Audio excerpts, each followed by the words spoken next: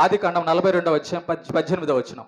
మూడవ దినమున ఆ యోసేపు వారిని చూసి, యోసేపు వారిని చూచి, నేను దేవునికి భయపడువాడను, నేను దేవునికి భయపడను వాడని అంటున్నాడు. చూసారా ఏం మాటలు పలుకుతున్నాడు దేవుడి గురించి, ఎలాంటి మాటలు మాట్లాడుతున్నాడు చూడండి యోసేపు దేవుడి గురించి.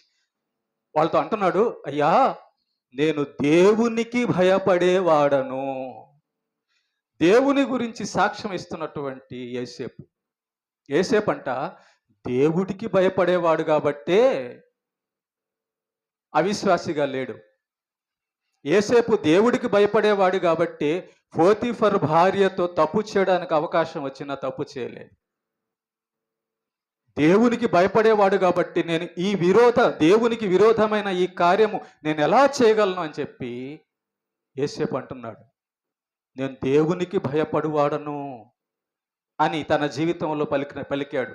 మరి మన జీవితంలో కూడా ఎవరి ముందైనా అందరి ముందైనా మనం ఈ మాట పలికే వాళ్ళంగా, అయ్యా అమ్మా నేను దేవుడికి భయపడేవాడును, నేను దేవుడికి భయపడేవాడును.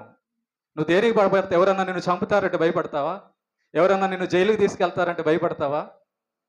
ఎవరన్నా నిన్ను వదిలేస్తాము, చంపుతాము, కొడతాము, అది చేస్తావు ఇది చేస్తావు అంటే భయపడితే ఇక నువ్వు ప్రాణానికి భయపడేదానివి, ప్రాణానికి భయపడేవాడు అని అర్థం. పేదరికానికి భయపడతావా? రోగానికి భయపడతావా? ఇంట్లో వాళ్ళకి భయపడతావా? దేవుడికి భయపడతావా? మనుషులు మహా కొడతారు, చంపుతారు, బాధ పెడతారు, కానీ దేవుడు చంపేస్తాడు. దేవుడు ఆత్మను నరకంలో పడేస్తాడు. అందుకే యేసు ప్రభు కూడా అంటాడు, మీరు మనుషులకు భయపడబాకండి, వాళ్ళు కొడతారు లేకపోతే చంపుతారు, కానీ దేవుడు ఏం చేస్తాడు తెలుసా? యుగ యుగాల ఆరని అగ్నిగుండంలో నీ ఆత్మను శాశ్వతంగా బాధపడేటట్టు చేస్తాడు. ఆయనకు భయపడు అంటున్నాడు యేసు ప్రభు. అలాగే అదే మాట యోసేపు కూడా అన్నాడు, నేను దేవుడికి భయపడేవాడిని. నేను దేవునికి భయపడి నీకు దేవుడు అంటే భయం ఉందా? భయం ఉంటే ఆదివారం చర్చి మానేవాళ్ళు దేవుడికి భయపడేవాళ్ళ? దేవుడు ఆదివారం చర్చికి రమ్మని ఆర్డర్ ఇచ్చాడే. నీకు భయం ఉంటే, దేవుడు అంటే భయం ఉంటే చర్చి మానేస్తావా? మానేవు. దేవుడంటే భయం ఉంది కాబట్టి యోసేపు పాపం చేయలా.